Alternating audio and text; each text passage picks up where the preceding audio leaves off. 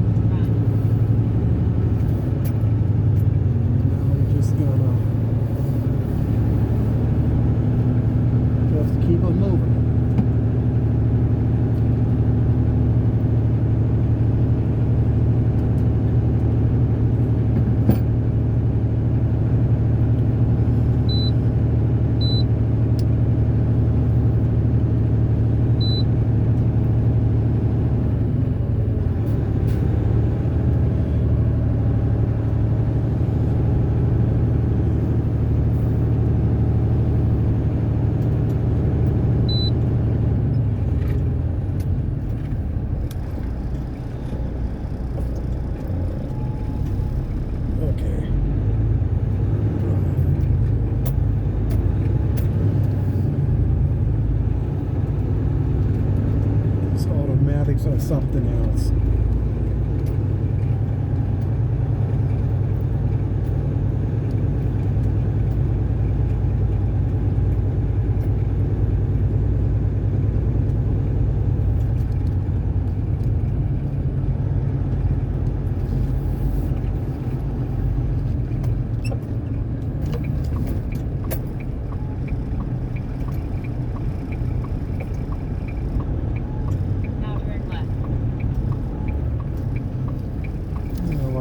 Guy doing?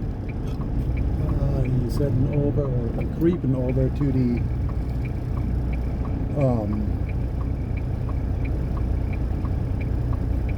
truck wash there.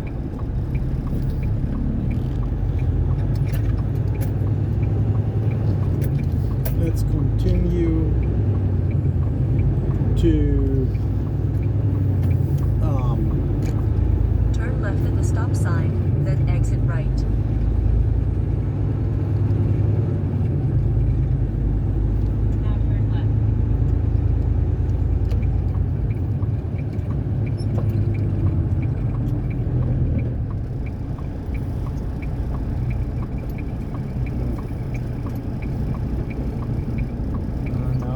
Continue to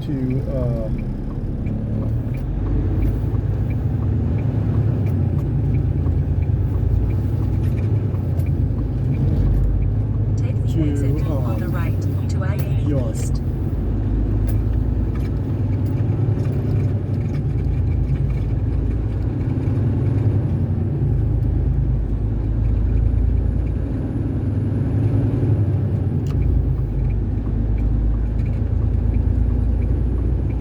Eventually even past going past the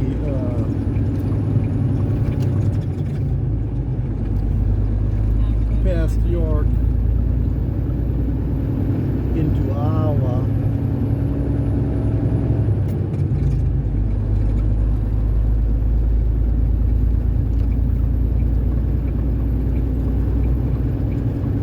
We shall see.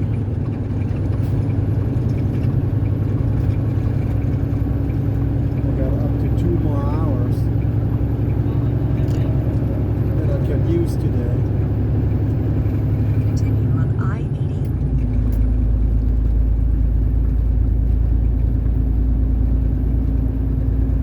It's actually a quite pleasant day.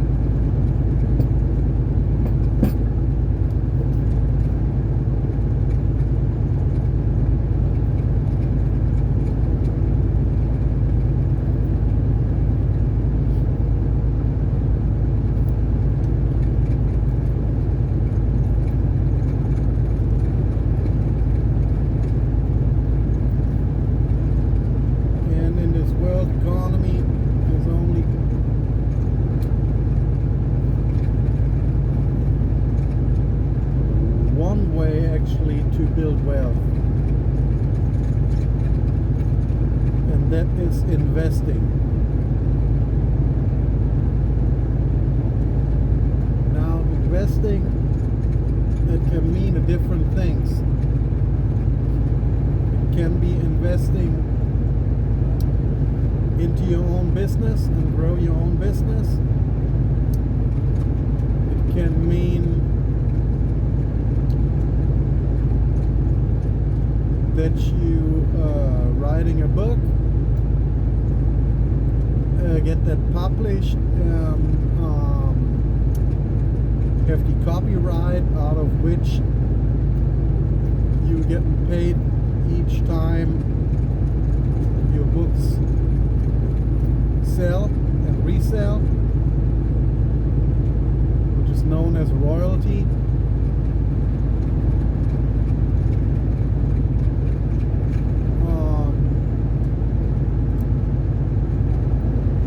You can invest into already existing businesses around the globe via the stock market, which essentially is nothing but businesses that, in order to raise funds, when they first started it,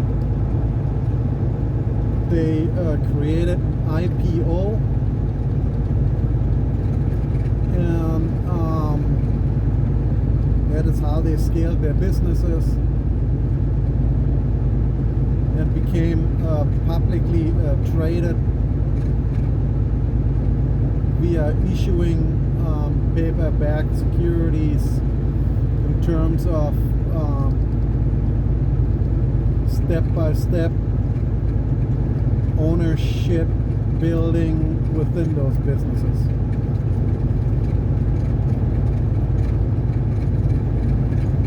And then there is the bond sector, which essentially you buying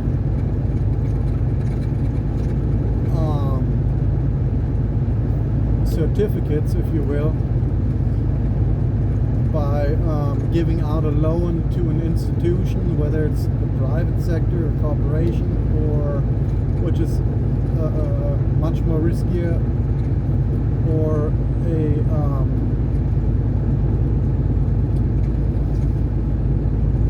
certificate of the government, which in turn they have a particular time to pay back the amount, and throughout that duration you collect interest based on the federal interest rates on top of the initial amount you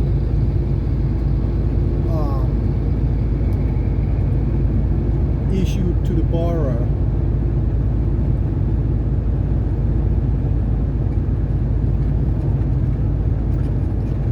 And when the term is up, they have to pay your initial amount back on top of all the interest rates they paid you throughout the duration.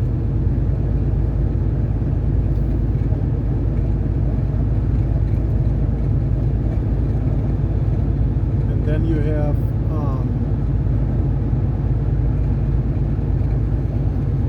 like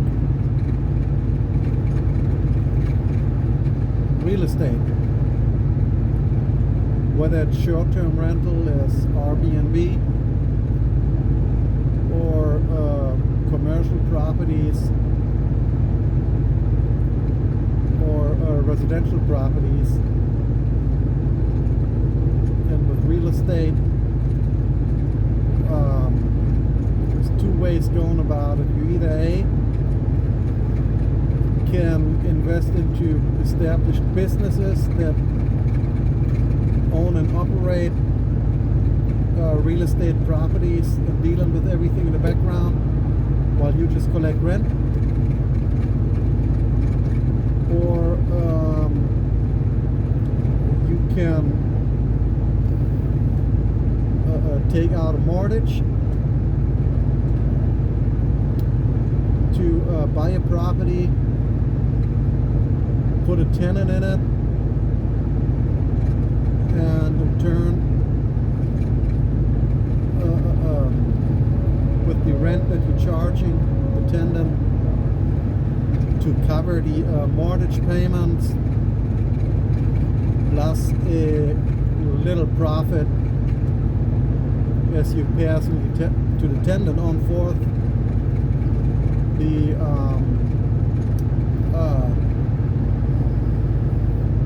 all utility, water, sewer, trash responsibilities, which means that you're saving money on that end for one, and for two, only have to include into your tenant charge also a certain amount that you can, outside of that little bit of profit, lay aside in a high yield savings account for you to reinvest in terms of any potential maintenance costs and that stuff. Plus the tenant needs to have a renter's insurance policy so that any damages to the property can be charged to the tenant itself, while the insurance is paying you for those damages.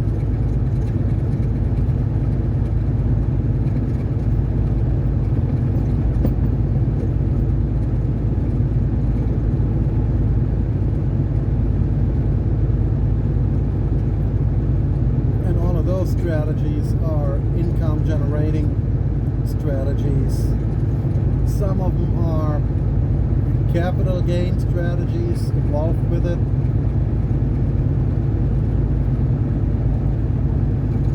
Because then you also have the art sector. I'm talking like hand painted oil paintings that appreciate over the course of time.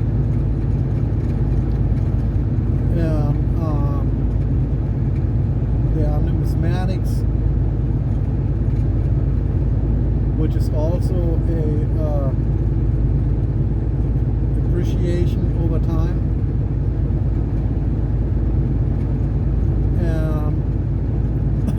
Then there is physical gold, physical silver,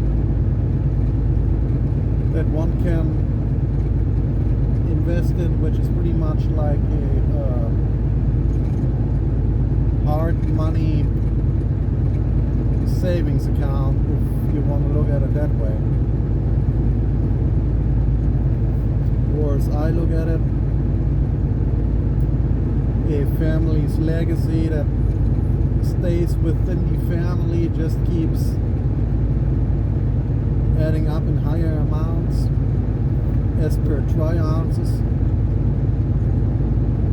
and keep handed down from generation to generation like a family treasure.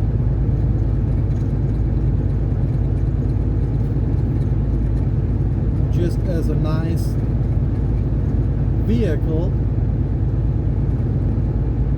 that you can invest in.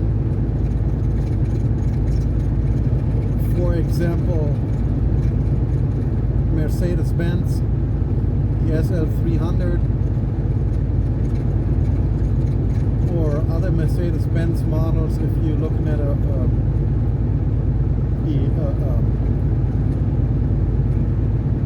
historical, proven, well-built vehicles from the German manufacturer, which is actually vehicles of old money families, kept within generations of the family and kept passed on down. Well maintained, just like Jaguar, Range Rover, Jeep for the US,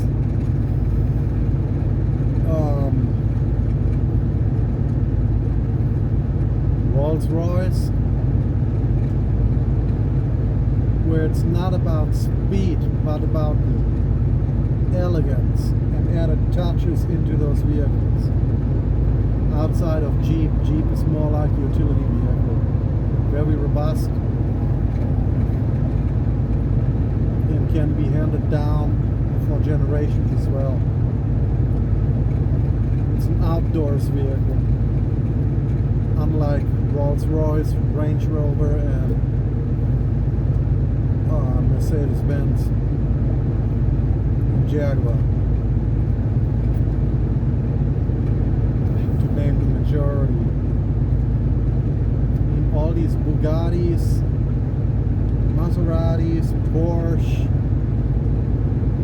Corvettes, Ferraris, Lamborghinis, all of those high-end sports cars,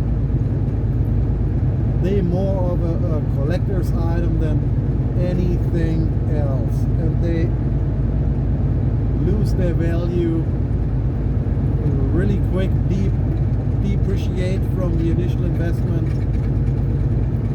which is essentially counterproductive of the old money lifestyle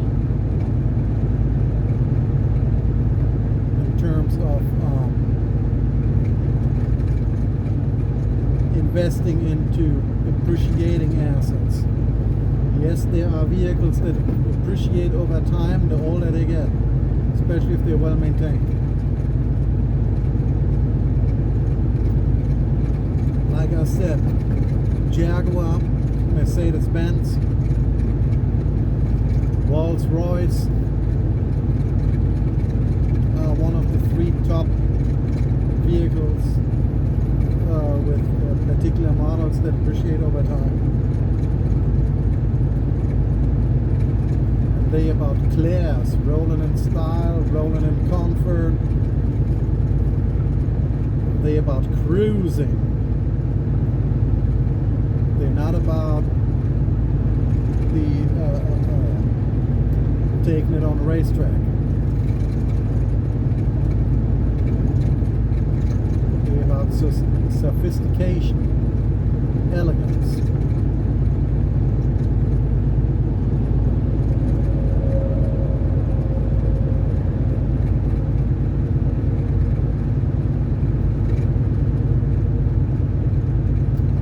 And when it comes to residents,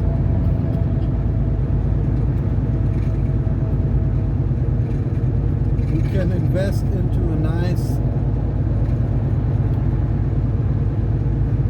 land and have your residence built onto it, or you can invest into a pre-existing residence based on the value you're looking for.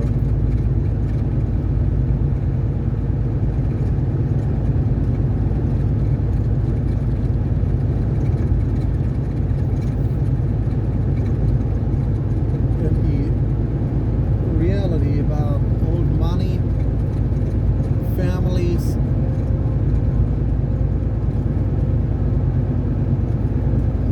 they actually live a quite simple lifestyle, believe it or not. How do I know? Because my family is within that tradition. I mean, we own numerous properties and real estate. Some of them are a bit more flashier than others.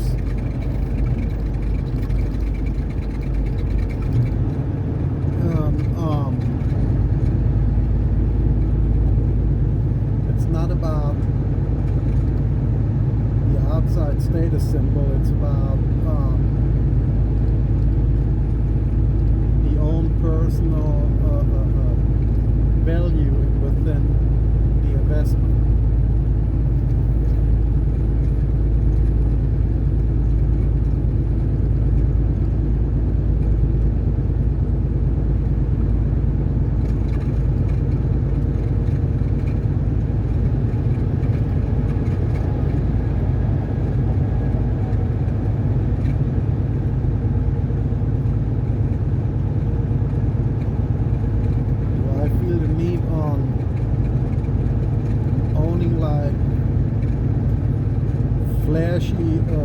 those vehicles? No, I do not.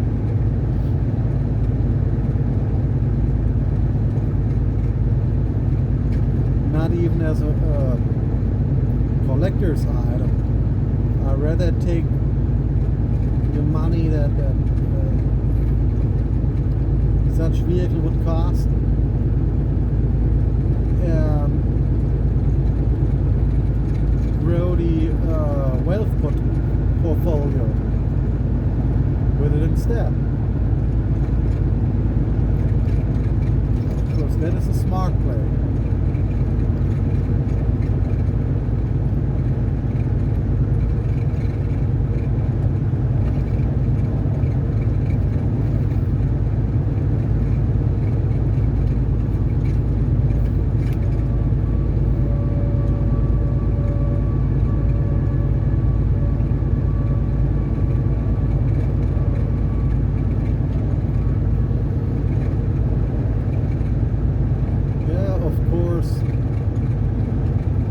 In the life of a professional driver, there is a lot of things you gotta watch for, look out for, and especially with the enforced clearinghouse rules regarding individuals that chose to drive while intoxicated.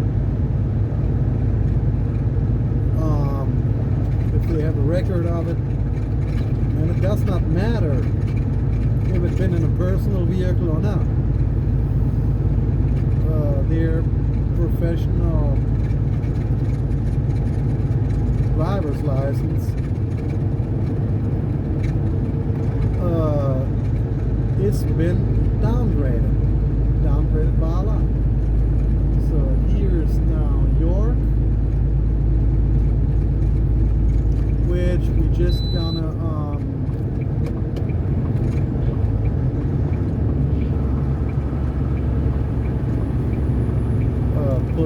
pull out of the interstate or pull off.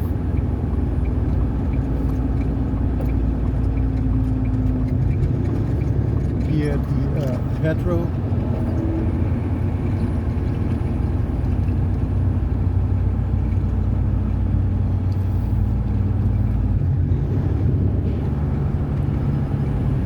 And two, they have a rather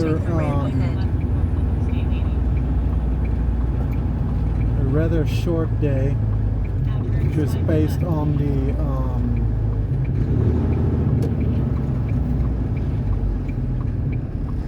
on my hours of service recap.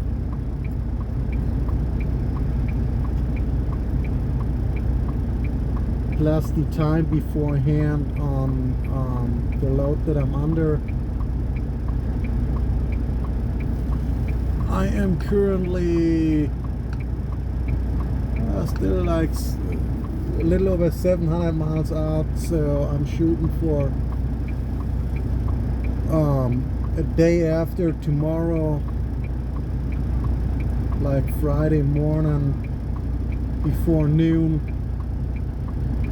to arrive at the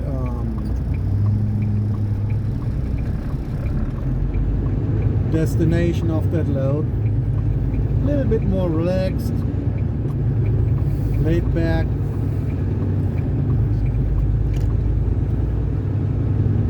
On this tour.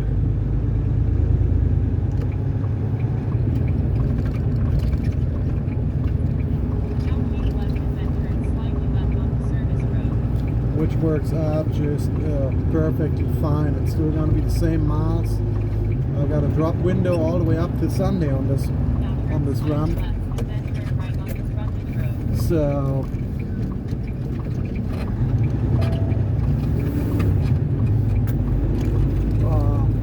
if I get there Friday, turn left onto the unpaved road. Well within that schedule, no stress.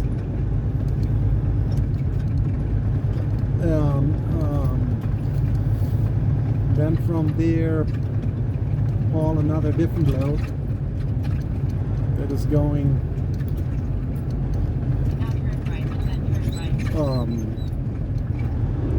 whichever that may be.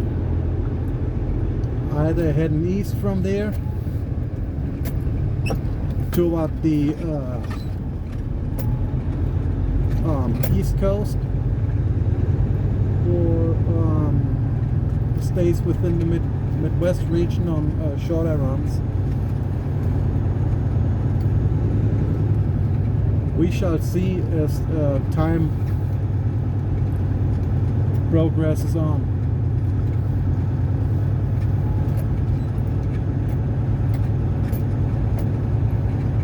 It's been a minute and a half that I stopped at this particular truck stop.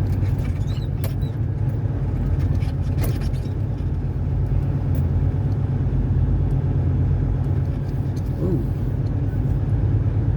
it's bouncing around here.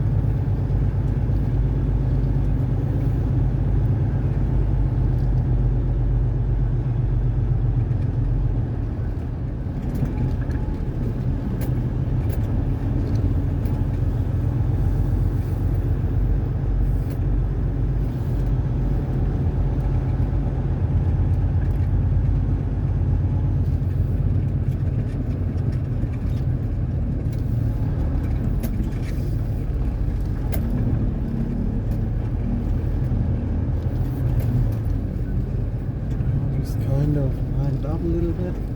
Oh, the sun is flaming back there. And park it.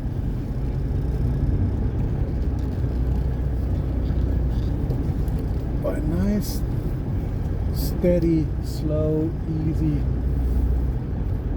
corrections on the movement of the overall unit here.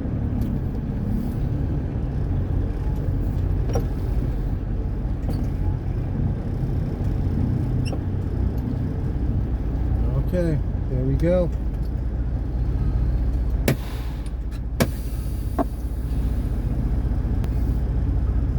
Well, this has been part 2 on my series in this trucker's life and daily operations. Stay tuned for more parts to come while I keep talking about the trucking industry and investment strategies. Don't forget to like, share, comment, and subscribe. The Dapper Longhaultrucker out.